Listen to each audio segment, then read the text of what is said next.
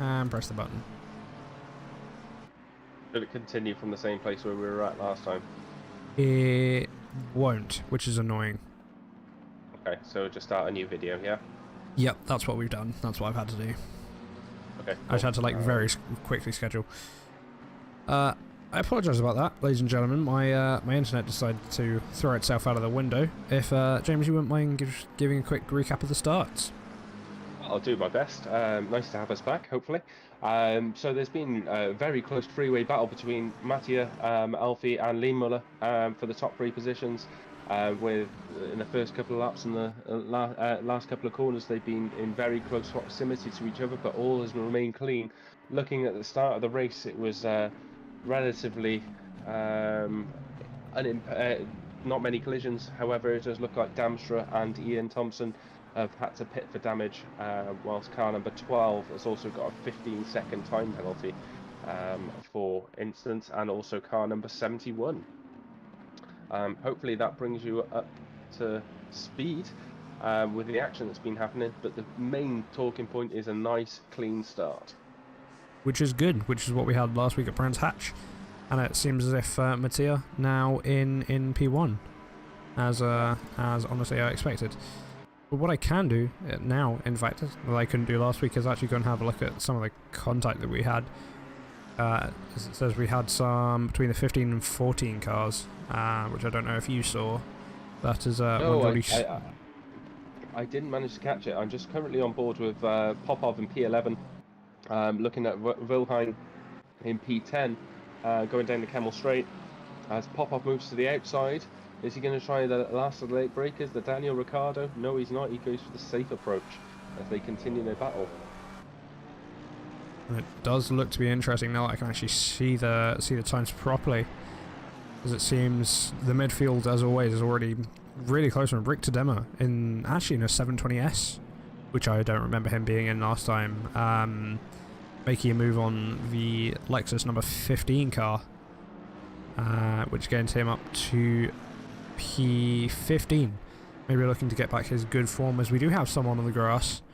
That is yes, the number 12 of Nielsen, who had to concede a lot of positions there. Yeah, he does look like he's back up and running again in P9 as I can see it on my screen, but he still has definitely lost a bit of time to Karama. But looking at P6 and P8, who currently have those 15-second time penalties for causing collisions. You can always go have a look at that. Look back at that later. But yeah, for now, it looks to be fairly quiet up the front. So yeah, but Rick Tadema's got a bit of a run coming out of the before the long straight on Nielsen, who went wide. He's trying to go around the inside. And he's definitely looking to get it done, and he does very cleanly. But let's see if Nielsen can now make maybe a switchback move, and he does run wide, obviously slowing him down a little bit. However, managing maybe to outbrake Tadema. Very, very close dive down the inside, and what a great move it was. Yes, indeed. And Rick Tadema looks like he's moving his way up the field. As we got Popov looking around the first turn, there's two cars either side of him, which are Kramer and Wilhelm, just before they start to go up Eau Rouge. And Nielsen there, really, really close to Rick Tadema by the looks of his onboard. We've got Marco Keddy, 0.4 behind Paolo Labuz. Let's see if he can make a move coming into turn 3. Completely forget the name as we come down. It was Lecon. As we come down towards Pill and No Name, we can make a move. And Alfie Barron now also 0.3 from Mattia, so let's also see if he can make a move. You can see Lee Muller behind him, who is a second up on the boost.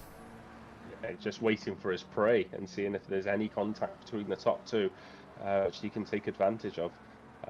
But there does seem to be quite a lot of battle between 8th, 9th and 10th at the moment as well, which seems to be a very close battle. Also in P11 is sat behind Camera as well. But Camera's got those 15 seconds of time penalty, 30 seconds of time penalty, sorry. And Camera actually now looking to make a move on Wilhine, but it is gonna be Stratton trying to make a move on Camera. This is a big fight between these three, and it looks to be a train. But Wilhine, yeah, there's 4 of them at the moment by the looks of things. Beamer, yeah, it's the Wilhine in the AMG, the Beamer of Camera, and Popov actually just made a move. Sorry, I completely missed that. Popov making a move on Stratton, so Stratton dropping down to P11, but he's looking to make himself known. Round the outside he goes, and Popov maybe losing out to the 720S of Richter Demmer as well, who makes a great move. Yes, Richter Demmer running the McLaren the FRL McLaren livery as well by the looks of things, which is nice to see. And Popov again trying to make the switchback. It's close again between Popov and Demmer, and it looks to be into the bus stop chicane where everyone was trying to get those out-braking moves done. But as it is, Richter Demmer having got that position, Stratton and Camera can go on and push ahead of Wilhine, who is now 10 seconds up the road from those two. It's a good news that Damstra and Ian have come out of the pits, and looks as though from 27th place down have all completed their first stop, so they'll be looking to do a long run on their tyres. Damstra, the number 65 car, obviously had the 5-second penalty in qualifying, so I don't know if that applies to applies at the end of the race, or if it's... It just adds to their qualifying time. So if they set a 2:17 as an example, their actual qualifying is a 2:22. So it just impedes them for the qualifying. So it doesn't impact their race. The AMG of Thompson, I think, is one of the new recruits for today. I don't know whether he had damage, but he is 2 minutes off the pace. Is that 2 minutes? Yeah, 2 minutes off the pace. Looking to get lapped by someone. I can't see who that is. However, looking up the field, we've got P19 looking to be in a battle with the number 5 car ahead of him. He's .3. He is looking to get close. However, he runs off the circuit and not managing to get anything done around this turn. That gap at the front is still remaining about 5 tenths, so they are still 4 or 5 tenths. They're just following each other. It's going to be great for the safety ratings, but they just can't make. Alfie can't get quite close enough to make any sort of move as they're starting to come towards some. Sorry, James, I'm going to have to interrupt you here. Richter Demmer now making a move on Camera into P10 and P11, and he does get the move done as he moves up into P10, overtaking Camera, who also loses out to Popov in the 720S. That is some epic racing going on in that midfield battle. The top 10, just the fight for the top 10 positions. There is some really, really good battling going on. It looks also as if now Richter Demmer trying to push up to Stratton, trying to get P9, maybe trying to get back to his podium positions where he was at the start of the season, and he does get very close into turn 1 as the run up to Eau Rouge and Radion now. Maybe it's completely done. Alfie Baron. There has been a change. I am absolutely sorry. There has been a change at the top of the leaderboard between Alfie Baron and Mattia Nachira. Did you catch it? I didn't see it, but we can go and have a look at it in a minute. Alfie Baron trying to get back at Mattia now. Maybe and down. There's contact between Ian Thompson at the back, which is fortunately avoided by P1 and P2. It is all happening at the top. It really is at the top of Eau Rouge as we come down through No Name down to Puon.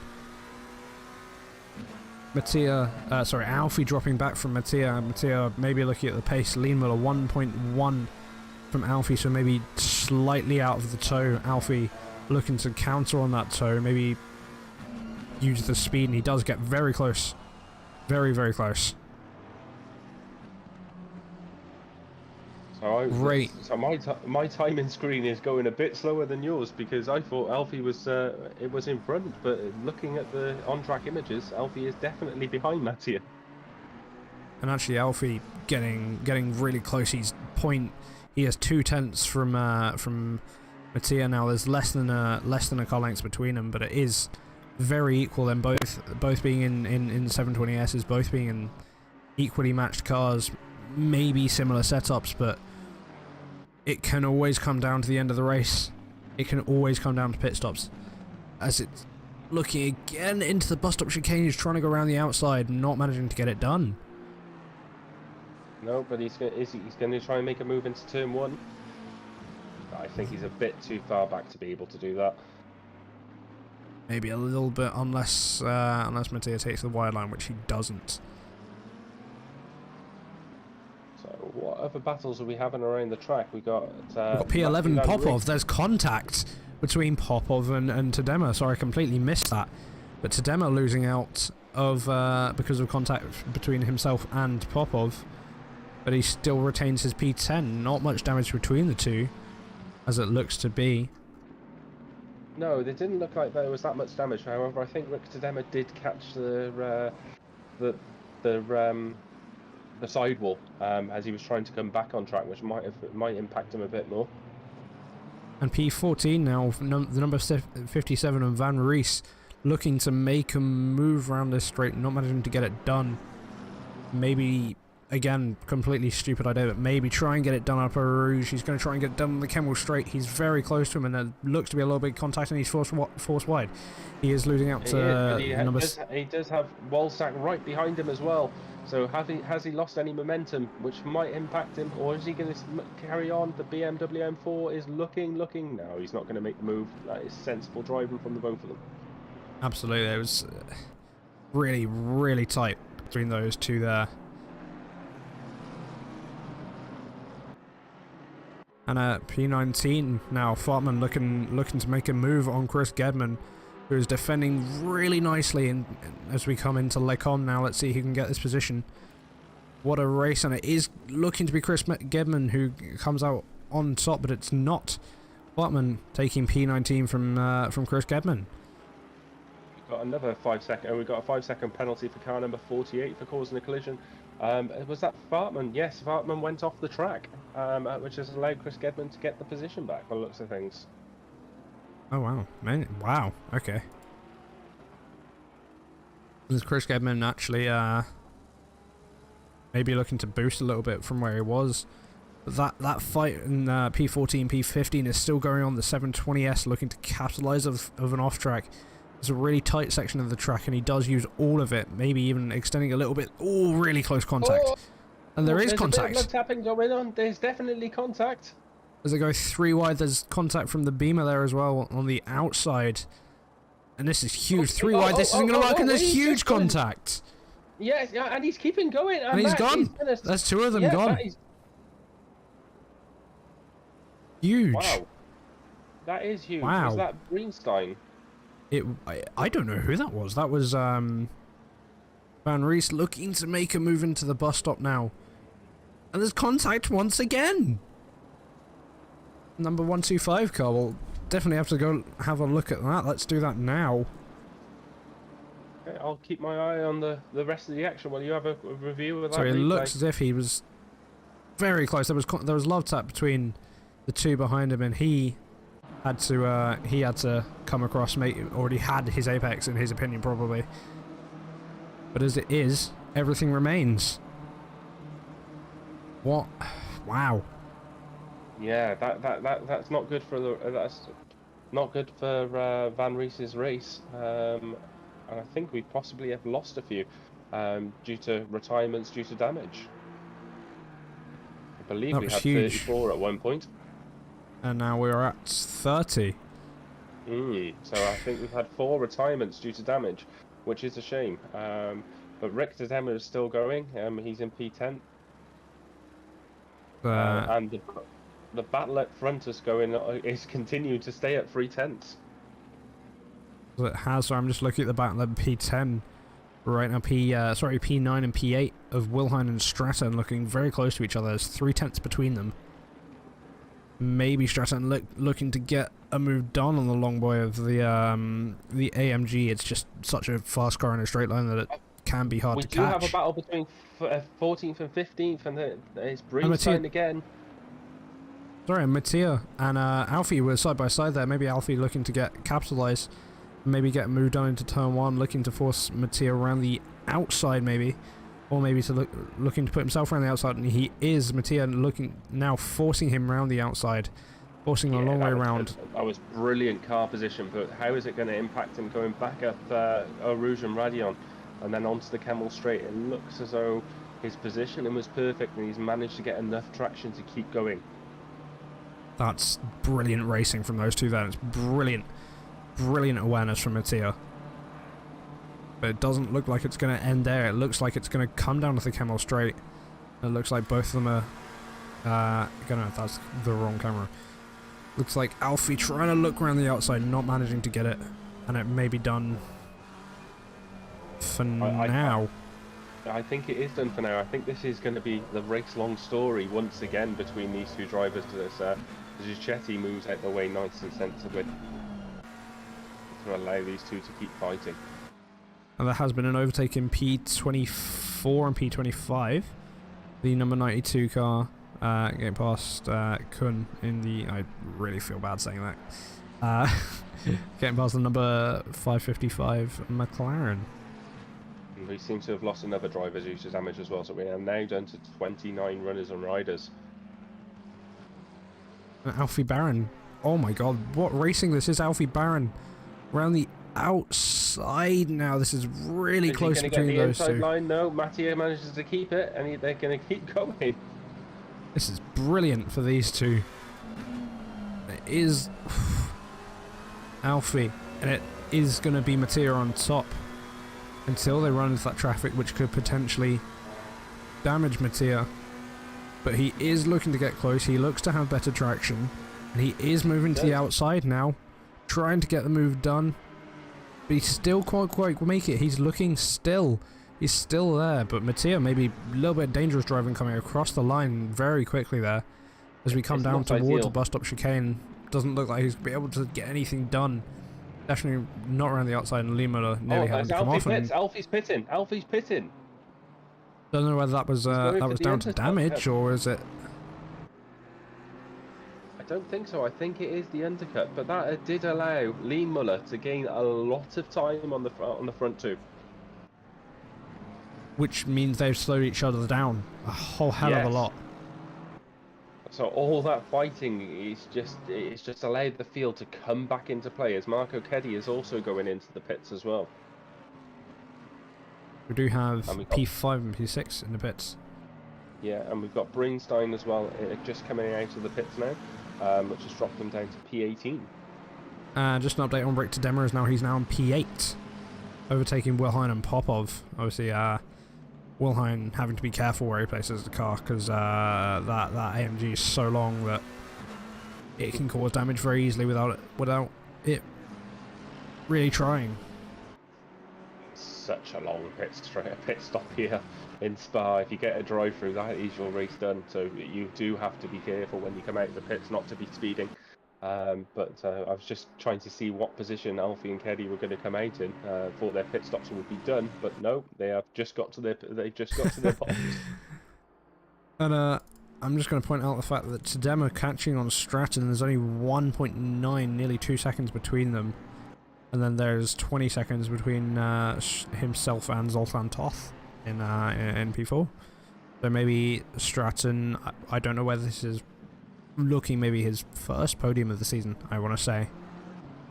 But the stats man will track. So Stratton has had P5, P5, P13 and P13, so he hasn't yet managed to get that podium position as yet.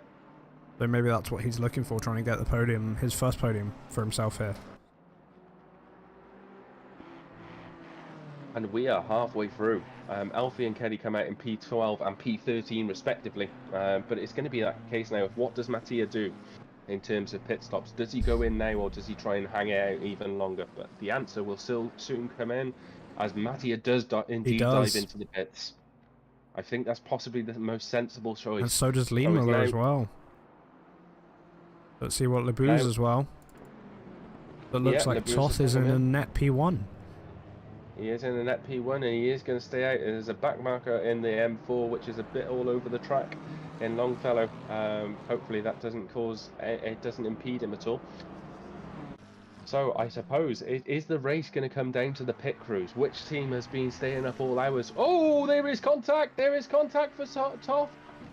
And that was one of the back markers, I believe. I don't think it was Longfellow. I think it might have been someone else, but that has to cause a lot of upset in the car of Toff. Well, Toff, huge. Oh, that's... I hate to say it, but that was Longfellow's fault. There's no other way to put that. It was Longfellow, was it? I thought Longfellow was on the inside. It was Longfellow. Oh, you've got to be careful against lap cars. You cannot make contact. Rule number 1 of racing. I always hate to put the blame on people, but that is Longfellow's fault. As we're going to go on with Wilhelm here, who is now pit. Everyone else in the near midfield pitting, so Paul Labuse appears to have jumped Mattia, who is still in a stop, which seems to be a long stop, to whether he's got damage.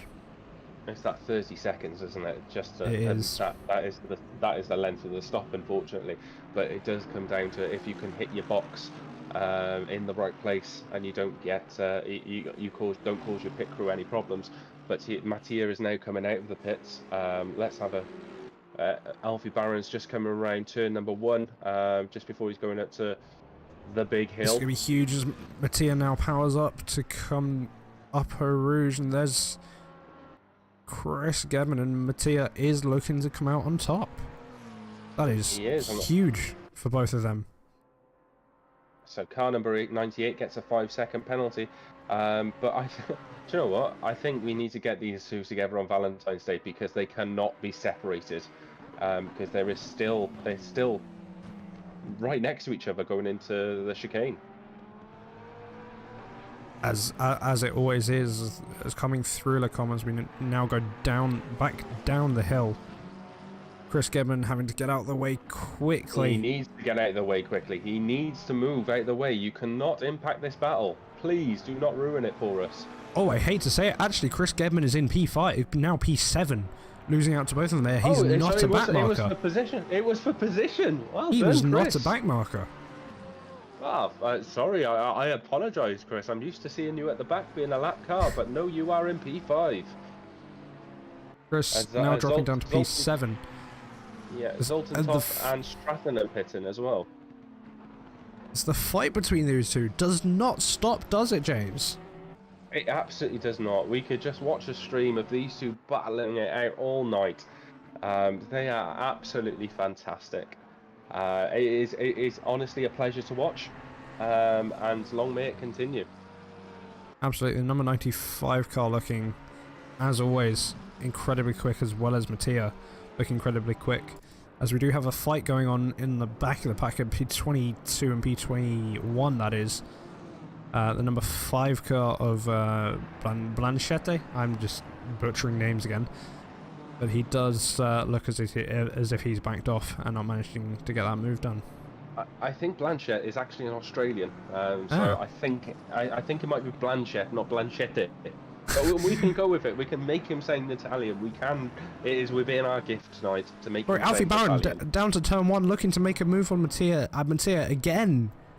Placing his car so well, but it is Alfie Barron getting the better traction, but honestly... Are we going to hold our breath going up this hill? Hill? This is huge. This is massive. Alfie looking ahead in Eau Rouge, and there is no contact, and that's Alfie in front. Take a bow, boys. Take a bow. That is fantastic racing, and well done, Mattia. You understood that you didn't have the race in line and you had lost the corner and had to back out to make sure no contact happened. And yeah, fair play. That is really, really good racing from two top quality drivers. These two drivers continuing to blow mine, and Chris Gedman causing yellow flags behind them too.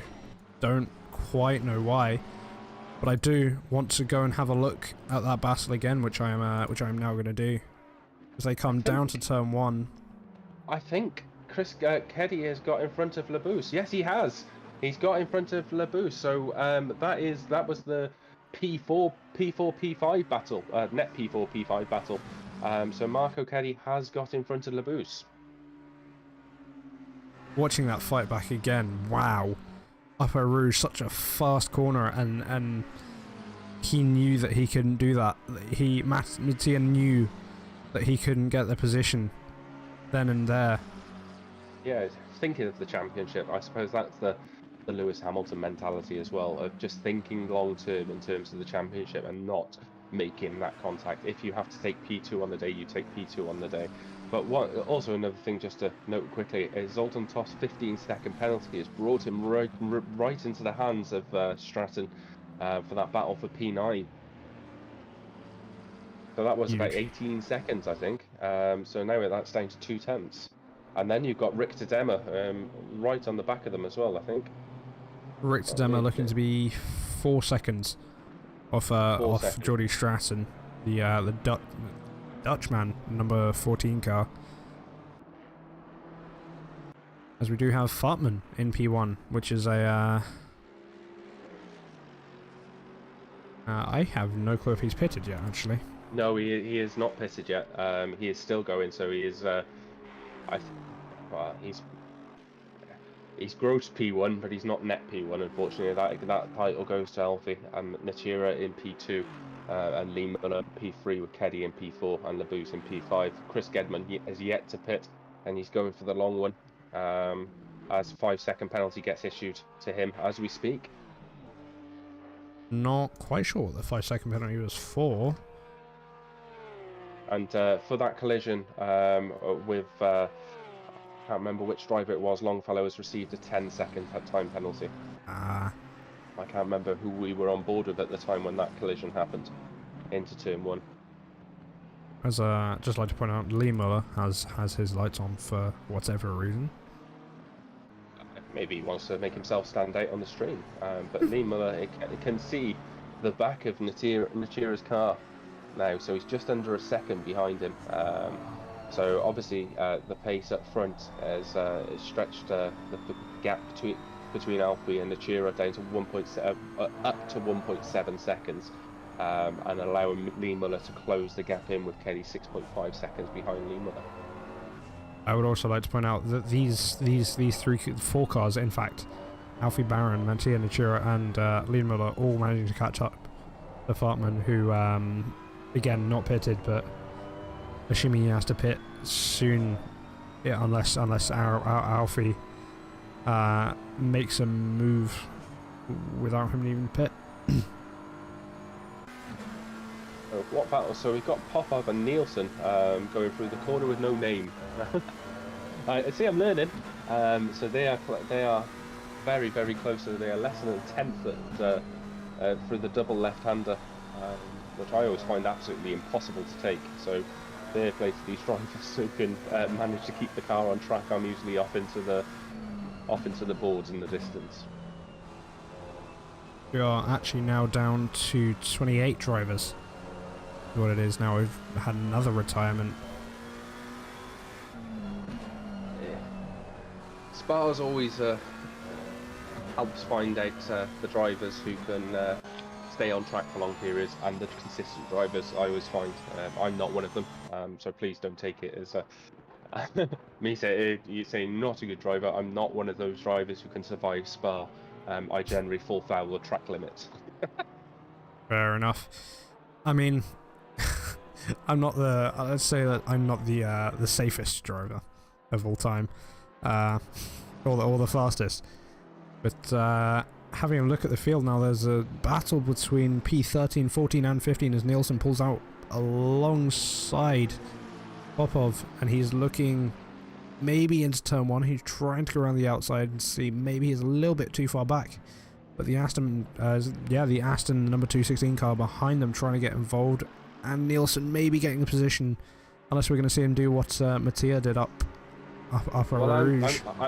I'm sat on board with Zuchetti, who's got an absolute fantastic view of these two battling going up the hill. Wow, and Popov does again subsidies, but this does allow Zuchetti to get the run going down the Kemmel Straight on Nielsen, on Popov, and is he going to manage to keep the position going into the chicane? I don't know, maybe the Aston just a little bit too slow, or not, nope. as it may seem. No, he definitely managed to keep the pedal to the metal, and he managed to keep going and hold on to that position. But that battle going up up Rouge and Radion definitely caused. And there's Popov. contact. Chris Gedman making contact with the number 725 car. It was that Can B by the looks of things, wasn't it? Which was for position, but I don't mean to be unkind, but I think Chris just needs to pit so he's not in the battle with these quicker drivers which are going through. Obviously, he's gone for the long strategy of trying to stay out, but I think he's causing himself problems by staying out and having these the battle with the top 10 drivers. Absolutely. Those two made contact twice there. During that little fight of theirs, was Chris Gedman getting on the curbs a lot there. Maybe his tyres going off and he's feeling the effect of that now. Yeah, so Alfie's managed to get to 3.1 seconds in front, and Lee Muller is dropped down to 1.6, with Keddy just under 6 seconds behind Lee Muller, and the Boost 1.7 behind Keddy. So that battle for the top 5 positions is still intense, and Popov and Zucchetti are now going to go into battle into the bus stop chicane by the looks of things, as Chris Gedman receives another 5-second penalty. I can see why, as Popov maybe just too far back to look into the bus stop chicane. Yeah, absolutely, but those three are still very, very close on track. On track, absolutely, as Wilhine as well. Maybe looking to get in. He's only 1.1 seconds behind. As Blanchett is trying to go down the inside of the bus stop chicane on Longfellow, but Longfellow manages to hold on to the position in the M4. Will that position change going into the first corner? I don't think so, because I think Blanchett has had a poor exit. He has, and he's just too far back.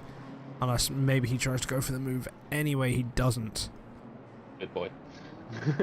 As car number 98 receives a 5-second penalty, which is a Longfellow, which bumps him up to 15 seconds in total, so that will affect his finishing time.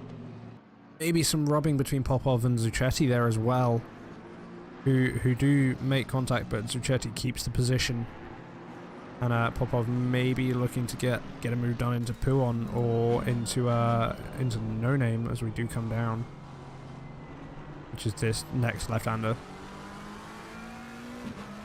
And Zucchetti may be just too far ahead for Popov to get anything done.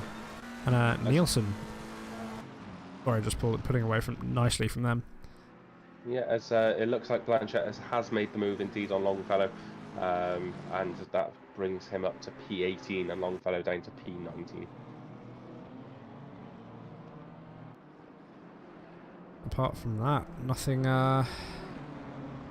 Well, we still got the battle between Popov, Zucchetti and Nielsen, which is definitely keeping us entertained after the battle between 1 and 2 as the top 2 positions appears, I'll say in quotation mark, to be settled. But this is we've still got 8 minutes left of the race, so that's about, what, 4 possibly 5 laps? Absolutely. And Chris Gedman, sorry, is now pitting. I thought he was making a move there because my timing screen was showing him very close to people, but no, unfortunately. Is it wrong that I've had a huge sigh of relief?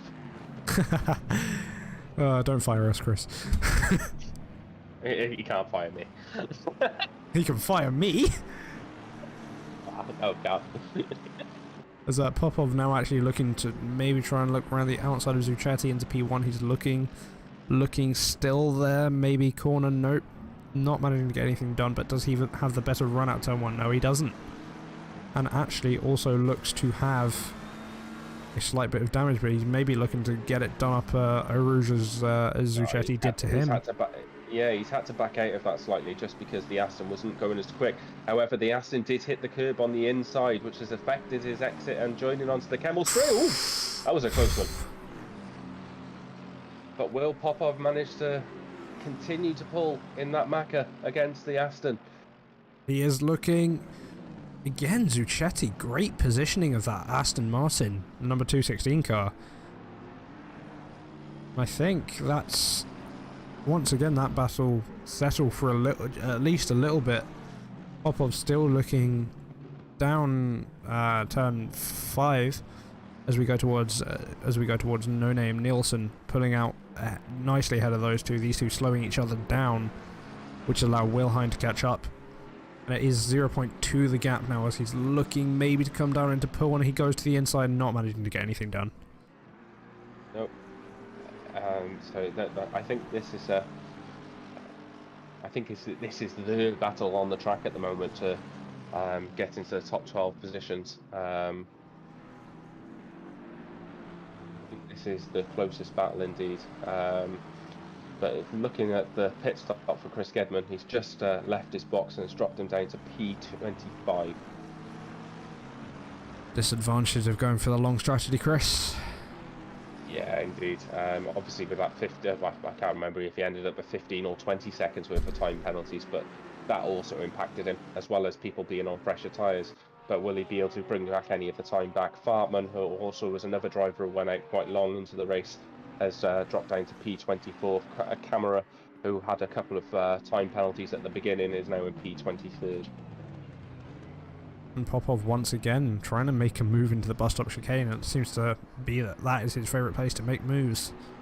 Yeah, but will the same pattern happen where Zucchetti takes the inside line going into turn 1? Nope, I think Popov is a bit further back that time. But it's all going to be about the traction coming out of turn 1 before going up the beast. Absolutely. Just an update on Rick Tadema then, one of our other title contenders.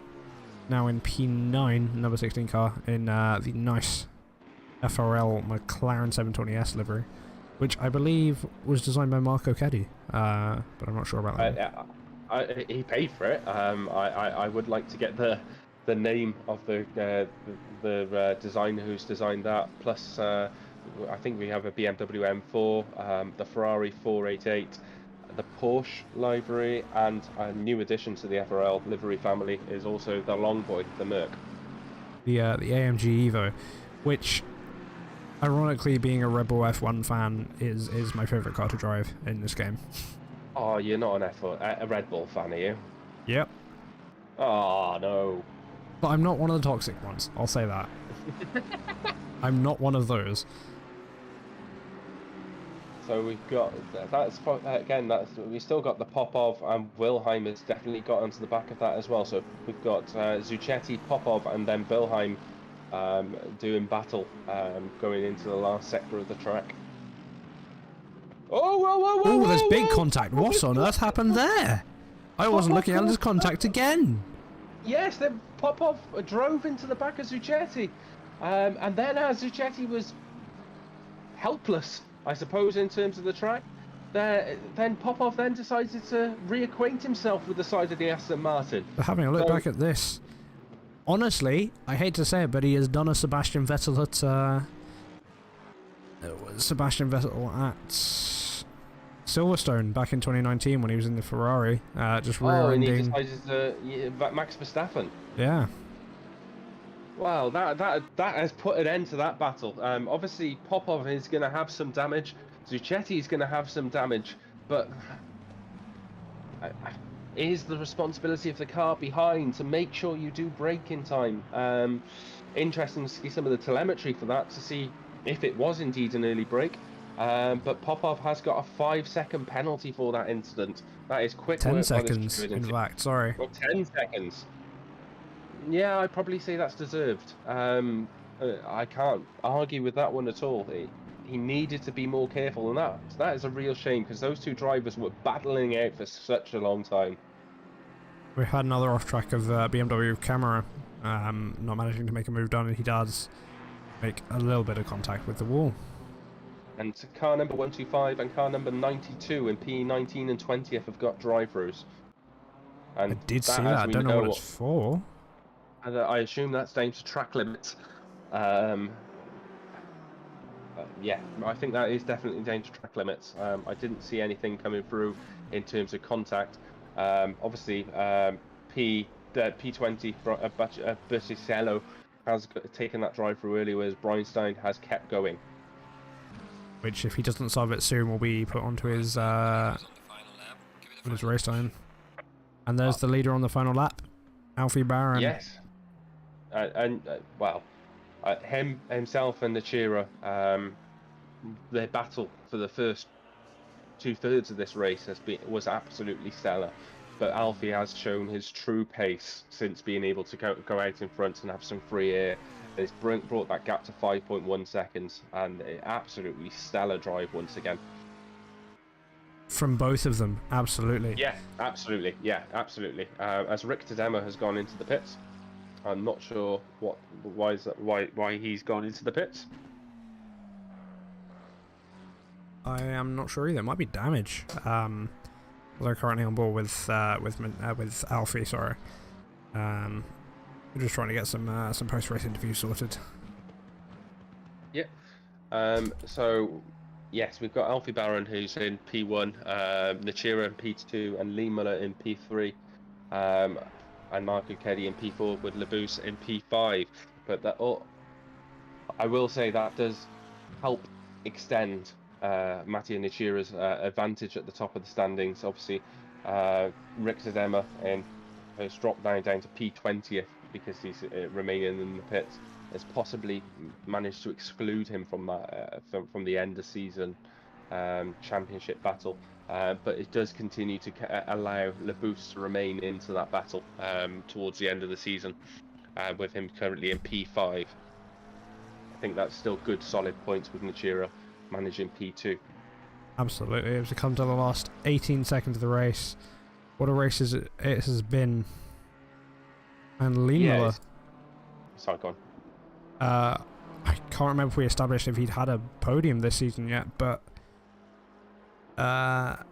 Lee Miller just getting his podium that he was pushing for at the beginning. So Lee Muller, to try and go through the standings to try and find him. Lee Muller is currently P34. He's managed 5th place has been his highest finish in the championship so far. So Lee Muller then looking to get his first podium of the season, and it is coming here at Spa. And what a race it has been from everyone. Yes, absolutely. Congratulations to the podium. So Lee Muller's managed to secure that P3, Keddy's managed to get that P4, and Labuse is just going through the bus stop chicane with a back marker in front of him, which he has managed to avoid as both of the drivers finish the race. And What a race it's been. Can be, I think this is the first race in FRL, has managed a very, very credible P6. Absolutely, it is his first race with the league, and it's been a great one for him, especially with a P6. So we've got some people doing donuts on the side. As Alfie's managed to, Nachira's doing the donuts. Alfie Barron has managed to done the sensible option of going into the pits. Because the game does like to disqualify you, or the stewards could disqualify you for doing donuts while there's still a race live. So, James, may I ask for your driver of the day? Do you know what? I'm not going to focus on P1, P2. I'm going to go for P6 and Can Be as my driver of the day today. Remained largely unstreamed. However, finishing P6 on an FRL debut, I think the full credit has to be deserved. I 100% agree with you there.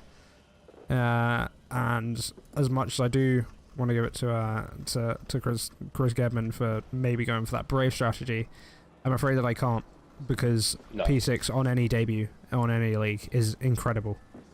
And well played for him. Well played to him for doing that. Absolutely. So, who have you lined up for our post-race interviews today?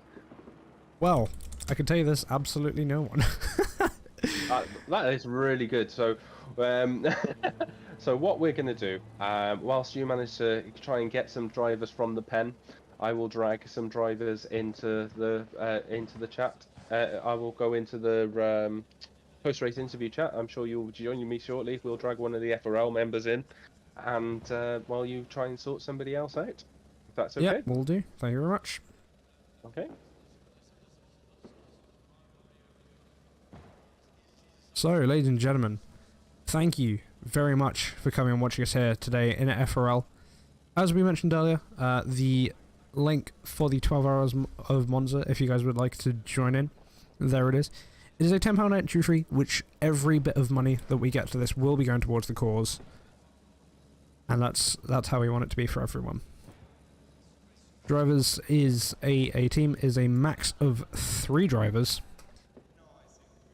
And we currently don't have anyone, so we'll sit in the Discord and wait whilst I try and get hold of maybe Chris Gedman.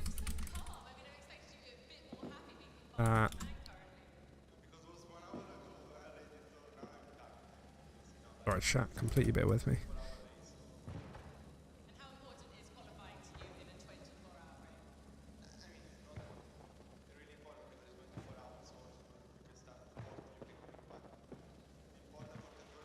They can hear you now, James. Just gave Mr. Gedman a ping there. I think I might tell him off if he joins into this one. So I'm just going to bring in Marco Keddy for a moment, if that's okay. That's perfectly fine. Hello, Mr. Keddy. Please mind your language. Why? Why? No, just saying. You are live on stream. You are our first driver into the pen. How did you find today's race? Why is it always me? Because you are the first person I can click on in terms of dragging you into the chat whilst we try and sort out some drivers to join us. So I'd just like to get your opinion on the race, please. I'm gonna block you next time, mate. Now, race is pretty good actually. I qualified P8 because I put the wrong post quali time. Maximum 2 minutes is actually should be more, you know. So Yeah, absolutely, boy. yeah. So it and the race went pretty well. I mean, 4 guys crashed on lap 1, so I gained 4 laps. After the pit, 1 guy passed me, so and I managed to pass him again. So unfortunately, we missed the start of the. So we managed to catch quali, and then we had some internet issues, so we missed the start of the race. So would you like to talk us through who went off and where? I think so. In Rouge, everything was fine. Yeah. And then as we came through the bus stop chicane, like after P7, everyone crashed.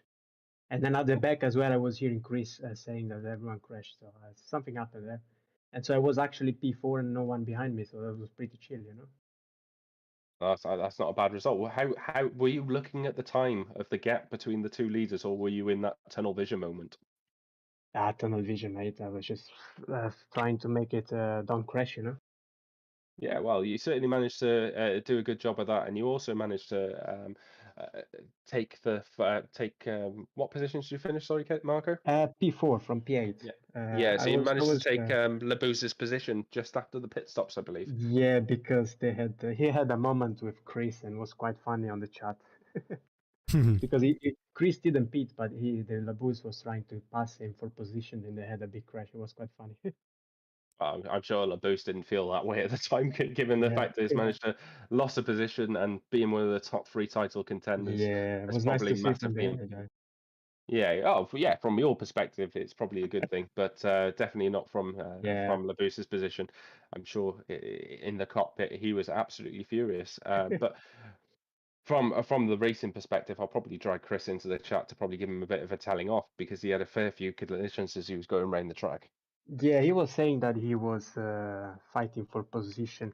It's kind of like a gray area there. It's hard to say. Yeah, absolutely. But what probably, well, just from the commentary's perspective, obviously dragging that stop out for as long as possible, he was probably out of position in terms of pace. I know, When there's faster cars coming and the gap between the top 5 and the bottom 5 is quite considerable. It's between 3 and 5 seconds, and when you've got cars approaching at that kind of speed, there is generally going to be some sort of contact. Yeah, definitely. I think 28 finished today is the highest one we had. So we lost a couple of drivers through damage. Yeah. And like you said, the collisions at the bus stop chicane in the first lap probably wouldn't have helped that situation. Yeah, definitely. But it was fine for me. It was a nice race. And I kept a good pace. You remained unimpacted and benefited from certain situations. I tell you, after the last update, the McLaren is so fast. I'm doing 18.8 with full tank, like 60 liters. Wow. Well, your pace has always been very quick, shall we say? But yeah. you just couldn't match the pace of the top two today. Yeah, well, it's I don't know. I had too much food for dinner. That's why. That's why. It's a little bit too Thank heavy. you. Hey, Kelly. Did you guys enjoy the race from commenting? Oh, Well, absolutely. yeah, absolutely. Nice. Hopefully you can tell the enthusiasm when you watch the stream back later. Nice. Call Chris in for the interviews then. I'm not sure if I want to speak to him.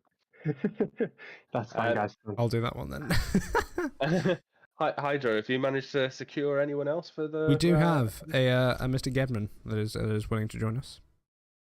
Thank you very much, Marco. We'll drag Chris in. Thank you, guys. See you later. Cheers, Marco.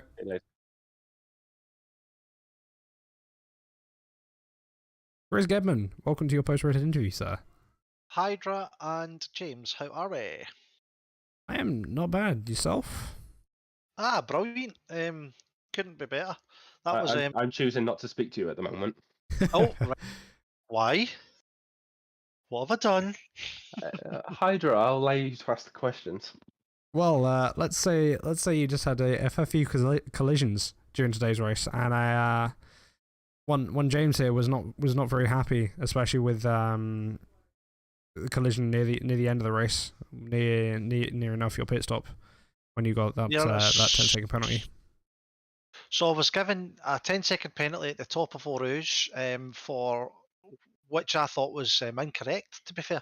I was on the inside line and the guy was on the outside line and just clattered into me. However, I don't know what was going on. There was a lot of cars pinging all over the place, disappearing, reappearing the entire race for me. But when I was going into the top of Eau Rouge, I thought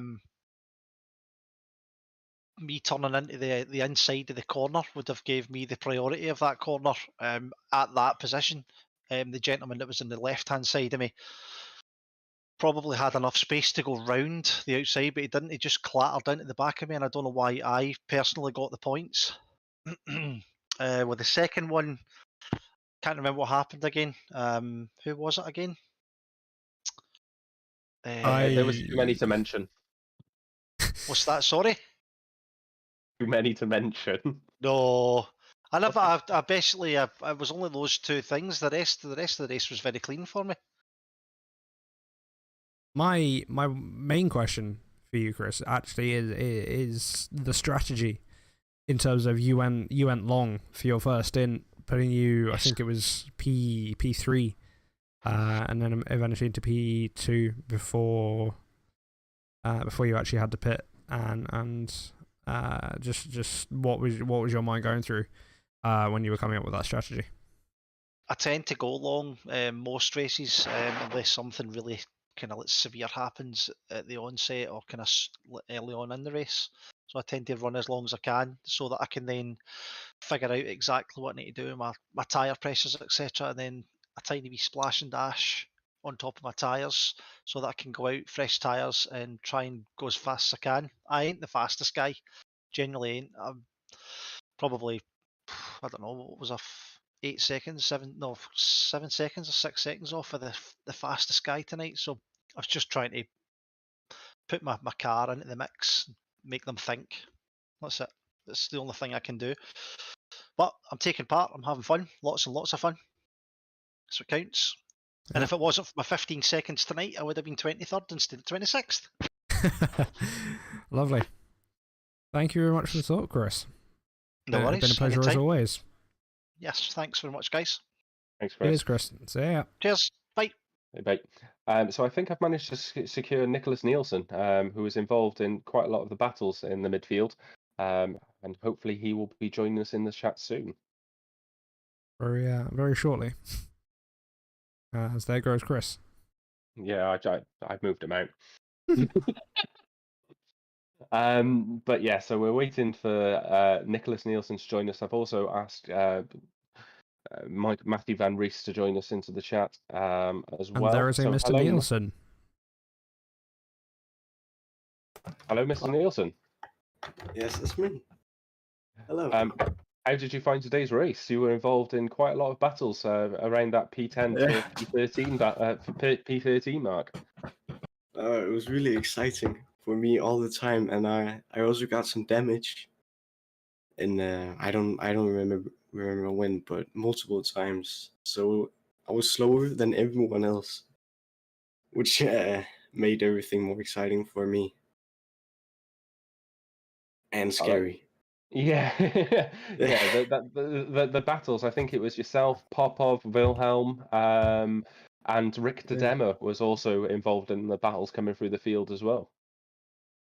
Yeah, also in the last race at Brands Hatch, I also had some battles with Wilhelm again. Well, he was really close. It was more an Audi. I don't remember, Kudasov, I think it was, but he was there. The Mercedes. All I will say is you had a lot of your car was seen a lot on the stream this Oh evening. yeah, I'm So definitely going to rewatch the stream just to see the battles from another point of view. yeah, absolutely. So obviously you're in P7 prior to today's race. What are your aspirations for the remainder of the season and the final two races?